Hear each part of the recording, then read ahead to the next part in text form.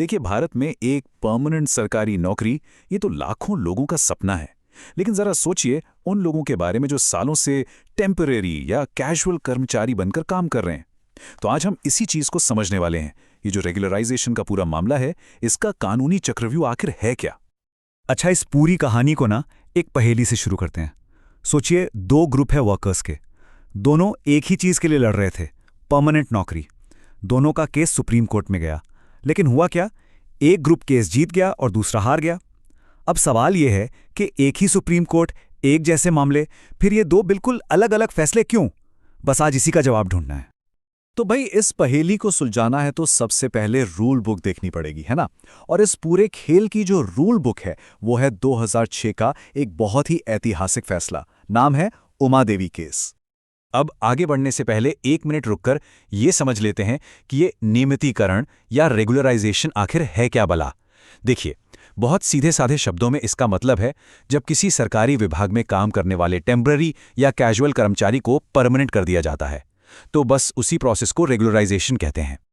तो ये जो उमा देवी केस था ना, इसने परमानेंट होने का रास्ता तो खोला, लेकिन साथ में एक 4 पॉइंट चेकलिस्ट भी बना दी। पहली शर्त कि जिस पोस्ट पर आप काम कर रहे हैं वो एक सैंक्शन्ड पोस्ट होनी चाहिए। दूसरी, 10 अप्रैल 2006 तक काम करते हुए कम से कम 10 साल पूरे हो चुके हों। तीसरी, और ये बहुत जरूरी है, अपॉइंटमेंट इर्रेगुलर हो सकती है लेकिन इल्लीगल नहीं। और चौथी, आप किसी कोर्ट के ऑर्डर पर काम ना कर रहे हों। लेकिन सुप्रीम कोर्ट ने एक बहुत बड़ी बात कही। उन्होंने साफ कर दिया कि भाई, ये जो चेकलिस्ट है ना, ये कोई हमेशा के लिए खुला दरवाजा नहीं है। ये बस एक वन टाइम मौका है। मतलब जो लोग सालों से सिस्टम में अटके हुए थे, बस उनके मामले सुलझाने के लिए ये एक मौका दिया गया था। ये आपका अधिकार नहीं है, ये बस एक अपवाद है, एक एक्सेप्शन।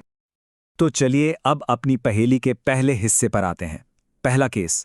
ये कहानी है चंडीगढ़ के एक पोस्ट ऑफिस में काम करने वाले कुछ सफाई कर्मचारियों की। इनकी लीडर थी इल्मो देवी।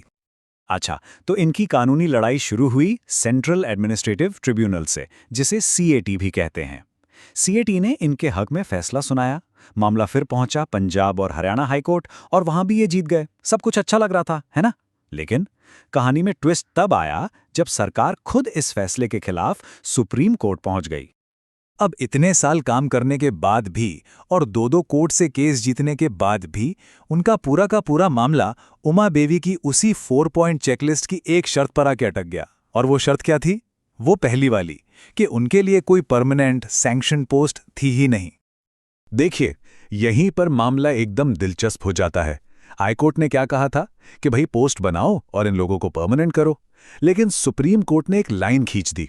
सुप्रीम कोर्ट ने कहा, नहीं नहीं, एक मिनट, नई नौकरियां बनाना या नए पद बनाना ये सरकार का पॉलिसी डिसीजन है।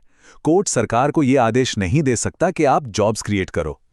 और नतीजा ये हुआ, क्योंकि कोई सैंक्शन्ड पोस्ट मौजूद नहीं थी, सुप्रीम कोर्ट ने सीधे सीधे उमा देवी केस के नियमों का हवाला दिया और इल्मो देवी और बाकी कर्मचारियों की अपील खारिज कर दी। उन्हें परमानेंट नहीं किया गया। तो ये तो थी पहली कहानी। अब चलते हैं अपनी पहेली के दूसरे हिस्से की तरफ, केस नंबर 2। और ये मामला जुड़ा है कोल इंडिया की एक सब्सिडरी कंपनी महानदी कोलफील्ड्स के कुछ मजदूरों से।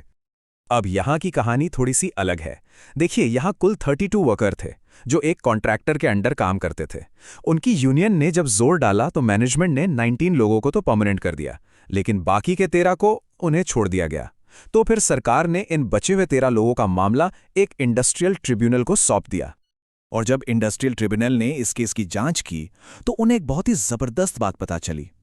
ट्रिब्यूनल ने कहा कि ये जो 13 लोग काम कर रहे हैं, इनका काम कोई कैजुअल या टेम्पररी नहीं है। इनका काम तो रेगुलर और 12 मासी है। मतलब ये काम परमानेंट नेचर का है, जो हमेशा चलता रहता है। और बिल्कुल पहले केस की तरह ही इन खदान मजदूरों का मामला भी पहले ट्रिब्यूनल, फिर हाई कोर्ट और आखिर में सुप्रीम कोर्ट तक पहुंच गया। और यहां भी ट्रिब्यूनल और हाई कोर्ट दोनों ने ही इन मजदूरों के हक में फैसला सुनाया था। अब यहां तक तो कहानी बिल्कुल सेम लग रही है ना। लेकिन इस बार नतीजा एकदम पलट गया। सुप्रीम कोर्ट ने निचली अदालतों के फैसले को सही माना और इन मजदूरों के पक्ष में फैसला सुनाया। जी हां, इन्हें परमानेंट करने का ऑर्डर दे दिया गया। तो अब हम वापस अपनी पहेली पर आ गए हैं। 2 केस, एक ही सुप्रीम कोर्ट और नतीजे एकदम उल्टे। तो आखिर ये अंतर आया कहां से? चलिए अब इसे ही डिकोड करते हैं। तो ये फर्क आया कहाँ से? जब हम दोनों मामलों को साइड बाय साइड रखते हैं तो पूरी तस्वीर एकदम शीशे की तरह साफ हो जाती है। देखिए, सफाई कर्मचारियों वाले केस में कोर्ट का पूरा ध्यान किस पर था? सैंक्शनड पोस्ट पर, जो कि नहीं थी। जबकि खदान मजदूरों वाले केस में कोर्ट का फोकस किस पर था? उनके काम के नेचर पर, कि उनका काम ही परमानेंट है। और बस यहीं पर वो बारीक लाइन है जिस पर हमारी अदालतें चलती हैं। ये एक बहुत ही शानदार उदाहरण है। देखिए, कोर्ट ये नहीं कह सकता कि नई नौकरी बनाओ, ये तो सरकार का काम है। लेकिन कोर्ट ये जरूर देख सकता है और तय कर सकता है कि जो काम आप करवा रहे हैं, क्या वो काम परमानेंट है या टेम्पररी। तथ्यों को परखना कोर्ट का काम है। और ये कोई नई बात नहीं है। ये जो सिद्धांत है ना कि अदालतें सरकार की पॉलिसी में दखल नहीं देती, ये सुप्रीम कोर्ट का बहुत पुराना और स्थापित नजरिया रहा है। जैसा कि 2002 के इस बाल्को केस में भी साफ साफ कहा गया था कि भाई पॉलिसी बनाना चुनी हुई सरकार का काम है, अदालत का नहीं। तो ठीक है, हमने ये 2 केस समझ लिए, लेकिन अब सवाल ये उठता है कि इन सब का भारत के उन लाखों टेम्पररी कर्मचारियों के लिए क्या मतलब है? इन फैसलों से हम क्या समझें? तो निचोड़ क्या है? निचोड़ ये है कि परमानेंट होना कोई अधिकार नहीं है, ये एक एक्सेप्शन है, और इसे हासिल करने के लिए कानूनी रास्ता बहुत ही ज़्यादा मुश्किल है। वो जो उमा देवी वाली चेकलिस्ट है, और खासकर उसमें सैंक्शनड पोस्ट वाली शर्त, वो एक बहुत बड़ी, बहुत ऊंची दीवार की तरह है। और ये पूरी बातचीत हमें आखिर में एक बहुत ही बुनियादी लेकिन बहुत ज़रूरी सवाल पर लाकर छोड़ देती है। सवाल ये है कि अगर किसी सरकारी दफ्तर में कोई काम परमानेंट है, मतलब वो काम आज भी है, कल भी रहेगा, सालों साल चलता रहेगा, तो क्या उस काम को करने वाले इंसान को परमानेंट नहीं होना चाहिए? इस पर सोचिएगा ज़रूर।